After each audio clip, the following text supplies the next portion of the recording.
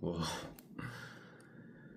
Fuck me. I have to say it like that because it's the first 30 seconds of the video. I've just watched the first 2 minutes of this video. What really happens when all the dark chosen ones disappear? I'm going to share it with you while I eat my breakfast. The ones who see through the illusions of this world suddenly vanished. I'm not talking about celebrities or influencers. I'm talking about the dark chosen ones. The ones who were born different. The ones who were rejected, mistreated, misunderstood, and yet they stayed. His definition of dark chosen ones are those that, I know it's an AI video, but it's fucking wise. Are those that have, you know, embraced the dark as well as the light, not just like love and light, fucking, you know, people who are lost in the soul ego, what do you fucking call it? Spiritual ego. Quietly holding the vibration of truth in a world built on deception. What happens when they disappear? Everything begins to collapse. Not instantly, not loudly, but silently, like a soul giving up on a body that never listened. You may not realize it, but the dark chosen ones are the invisible architects of balance. They are the ones who transmute ancestral pain, who hold space for healing in their families, who take on the weight of generational curses and still find the courage to seek light. They don't wear robes. They don't ask for applause. But their presence stabilizes entire bloodlines. They are the soul shamans, the energy anchors, the last threads holding broken systems together. And when they start to disappear, when they give up, go quiet, retreat into the mountains of their own silence, the collective begins to feel the void. In every culture, every timeline, there have been those who walked alone so others could walk in peace. But the modern world doesn't recognize them. It mocks them, exiles them, tells them they are too intense, too emotional, too serious. And slowly these beings begin to fade, not physically, not yet, but energetically. They stop sharing their wisdom.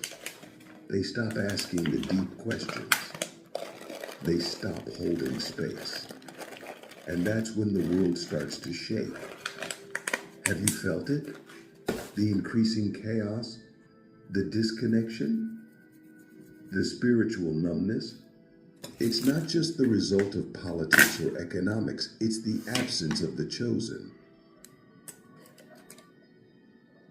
You might ask, but why would they disappear?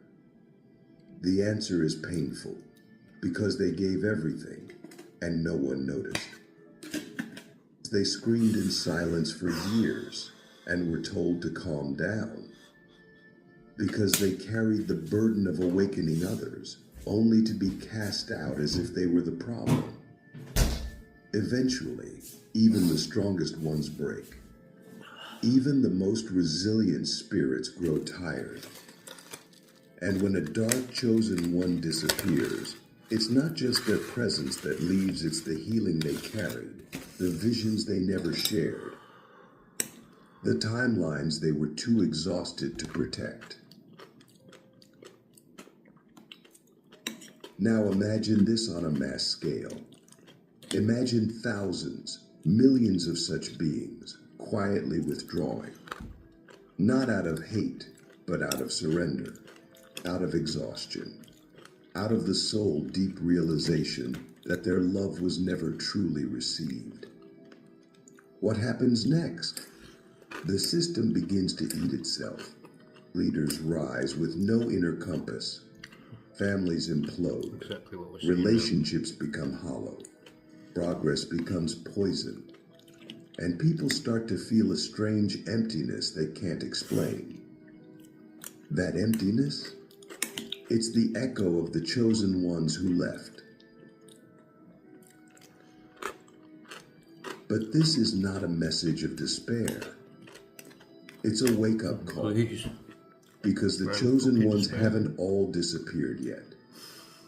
Some are still here, watching, waiting, holding on by threads of hope. And the question becomes, will you recognize them? Will you honor them? Will you choose to awaken before they decide it's no longer worth it? This is not about worship. This is about remembering. Remembering that the most powerful people in your life may not be the loudest. They might be the quiet one in the corner, the friend who always sees through you, the stranger who once said something that changed your life forever. Let me ask you something that will shake your soul. What if the people you ignored were the very ones sent to save you? What if the ones you called too much were the ones carrying the light you now desperately seek? And what if their disappearance is not a punishment, but a mirror? A reflection of how much we've forgotten to value what truly matters. So yes, when the dark chosen ones disappear, the world doesn't end in fire.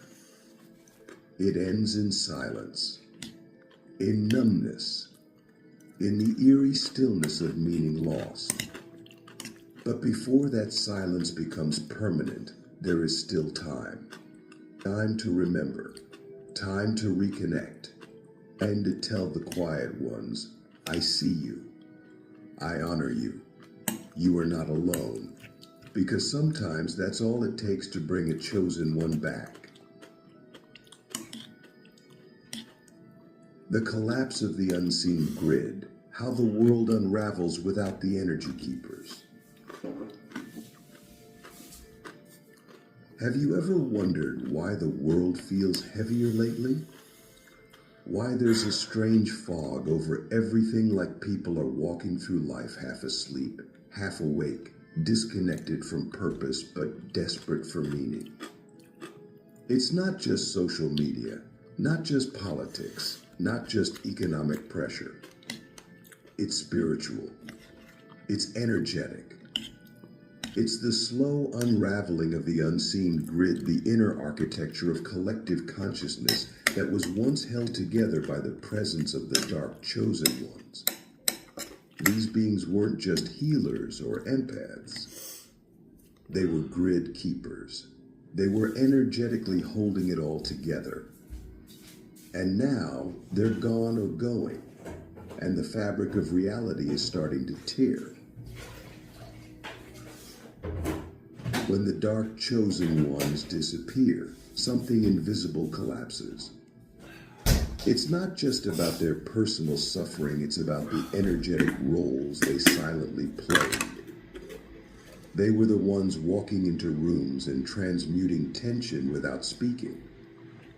They were the ones absorbing negativity so others could breathe. They were the ones holding the ancestral frequencies of forgiveness, of clarity, of truth. And when they vanished, those roles vanished too. Suddenly there's no one buffering the chaos, no one translating the pain, no one anchoring the light in the middle of the storm. Without them, the world becomes louder but less wise, more connected digitally, but less connected spiritually. And the collapse isn't always dramatic. Sometimes it's subtle.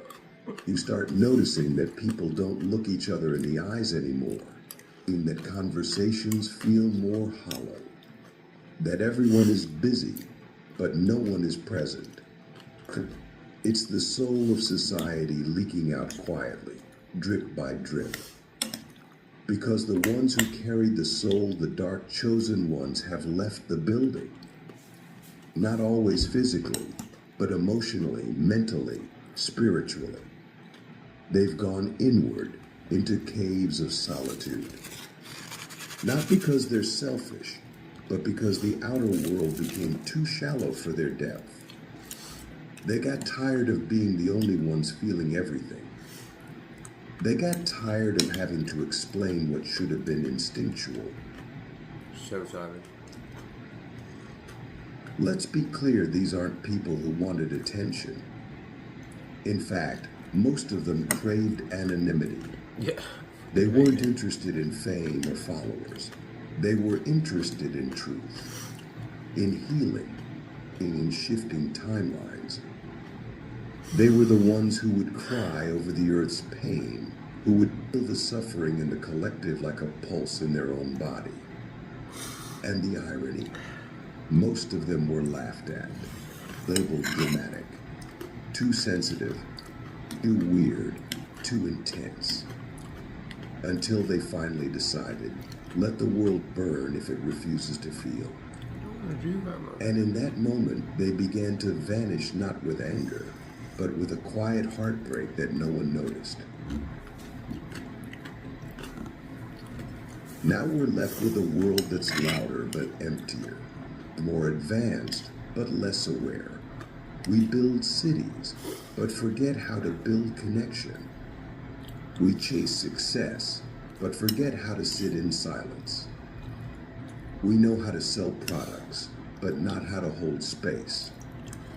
And the chosen ones watch from the shadows, wondering if it's even worth returning. Because why should they keep holding space for a world that only values what's visible? Why should they keep tending the sacred when the sacred is mocked, monetized, or ignored? And yet, here's the mystery. The grid doesn't fully collapse until the last chosen one gives up. And some of them haven't. Some of them are still here, faint, flickering lights in the dark, still meditating, still praying, still creating, still holding space even when no one thanks them. They haven't disappeared yet, but they're close. And the question becomes, what are we doing to honor them? What are we doing to support the ones who silently support us? Because if we keep taking their energy without giving anything back, they will leave. And when they do, we'll feel it in our bones. Let me ask you something deeper than words. What parts of your life are only standing because someone else is holding spiritual weight you can't see? A friend, a lover, a healer, a stranger you pass on the street. What if the peace you feel isn't yours but borrowed from someone else's inner work? And what happens when they stop doing that work? What happens when they disappear? This is your call to consciousness. This is your reminder to look again at the people in your life, not just what they do, but what they carry. Because when the dark chosen ones disappear, it's not just a personal loss. It's a planetary one. The return of the silent power, what awakens when the world finally notices. There is a strange thing that happens when all the dark chosen ones disappear. At first, the world tries to go on as usual. People continue their routines. Systems keep functioning on the surface. But underneath, something begins to rot. The soul of the collective grows quiet. Creativity becomes hollow. Innovation turns mechanical. Relationships become transactional. And eventually, even the most unaware start to feel it, that something sacred is missing, something ancient, something vital. And for the first time, the world begins to whisper a question it never dared to ask before. Where did all the real ones go? And it's in that collective hunger, in that aching silence, that something else begins to stir. A remembering, a reckoning, a realization that maybe the ones who were cast out, mocked, ignored, were actually the ones holding the keys all along. The ones who made you uncomfortable were the ones who were actually awake. The ones you dismissed as dramatic were simply tuned into a frequency you hadn't yet learned to hear. The ones you called too much were simply too real for a world addicted to illusion. And with that realization comes humility. And with humility comes the awakening. This is where the story shifts not just for the world, but for the dark chosen ones themselves. Because even in their disappearance, they didn't disappear completely. They were watching, listening, waiting, not for approval, but for resonance, for a signal that the world was finally ready to meet them where they are, that people had grown tired of surface level living, that humanity was ready to feel again, to heal again, to see again. Are we there? And when that signal comes, when even one person whispers, I'm ready to understand, a pulse moves through the grid, and something sacred reactivates. You see, the dark chosen ones never left because they hated the world. They left because they couldn't carry it alone anymore. But once others begin to rise, others who are willing to hold space, to speak truth, to walk beside instead of lean on the chosen ones begin to return. Not with fanfare, not with vengeance, but with quiet power, with eyes full of fire and hearts full of grace. They return not as saviors, but as reminders. They don't come back to lead. They come back to mirror, to show us what we've always had the capacity to be, if we dared to feel that deeply, love that fiercely, and live that freely. And when they return, the world doesn't just heal, it transforms. Because they don't rebuild the old systems, they birth new ones. Structures born from soul, from intuition, from integrity. Relationships that are rooted in depth, not dependency. Leadership that is guided by inner alignment, not ego. Art that speaks to the spirit, not just the senses. And for the first time in generations, the world begins to feel alive again. Not because the chosen ones fixed it, but because they inspired others to remember we were never meant to live this numb. We were never meant to walk blindly through life, mistaking survival for purpose. But this resurgence isn't guaranteed. It's conditional. It requires something from all of us. A choice, a commitment. To stop ignoring the quiet ones, to stop draining the healers, to stop exiling the sensitive. It requires us to become what we once expected others to be for us, to do our own inner work, to hold our own shadows, and to awaken our own gifts. Because the true return of the dark chosen ones is not just their physical presence, it's their frequency being mirrored in others. It's the moment when you realize, I was chosen too. You're all chosen. I just forgot. I don't like the word chosen. And in that remembrance, You're their all disappearance part of God. becomes unnecessary. Because we all become the grid. So, let me leave you with this question, the one that may change everything. What if you are the one someone else is waiting for? What if your awakening is the signal that calls a chosen one back from exile? What if your healing is the invitation for someone else to stay alive? We are not separate. Every act of awareness you commit to sends a ripple through the field. Every time you choose love over numbness, truth over comfort, presence over distraction, you restore the grid. You become the lighthouse. And maybe, just maybe, the dark chosen ones won't have to disappear at all. Because in the end, the disappearance was never about them giving up. It was about us waking up.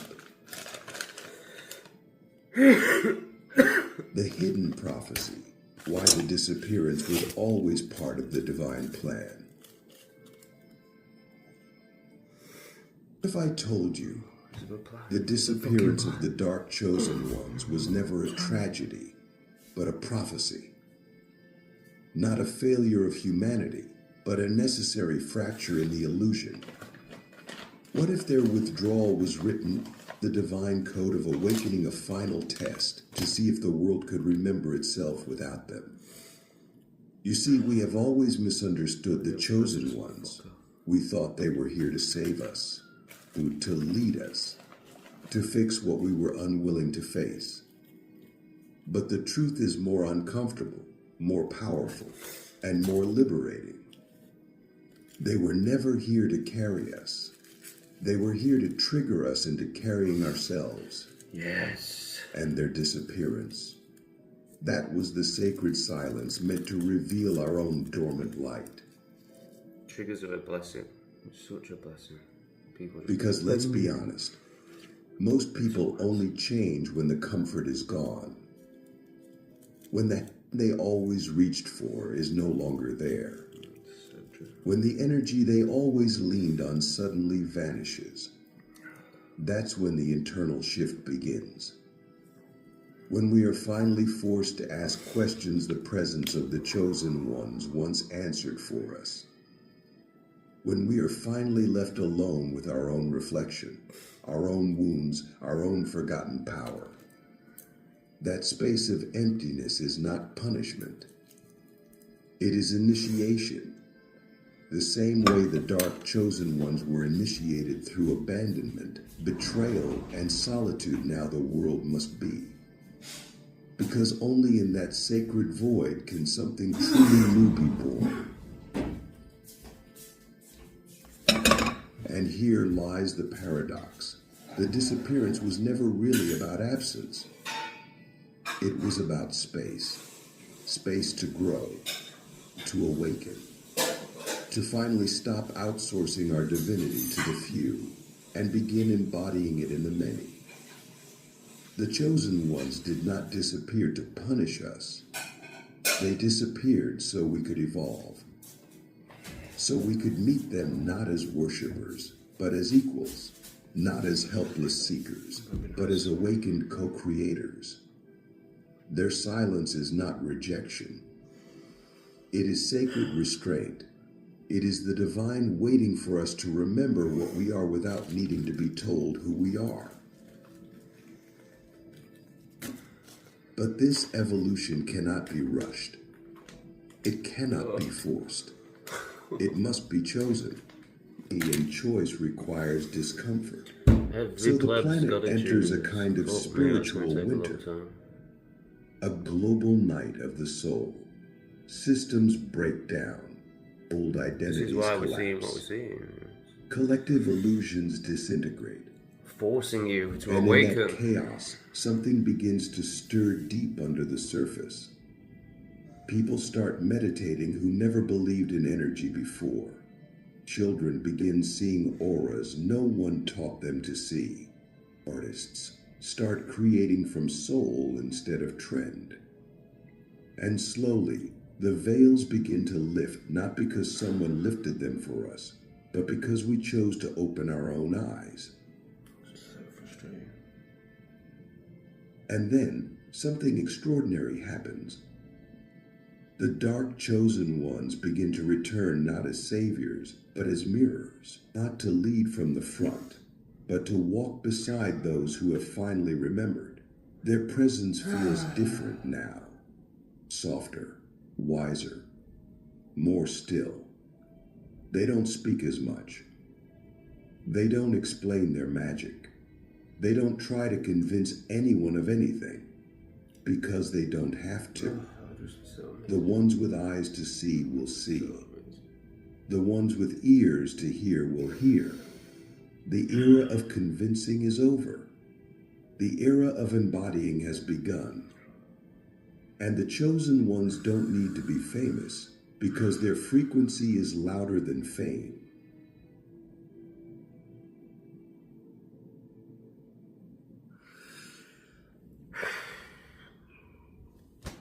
What did you think? Comment below.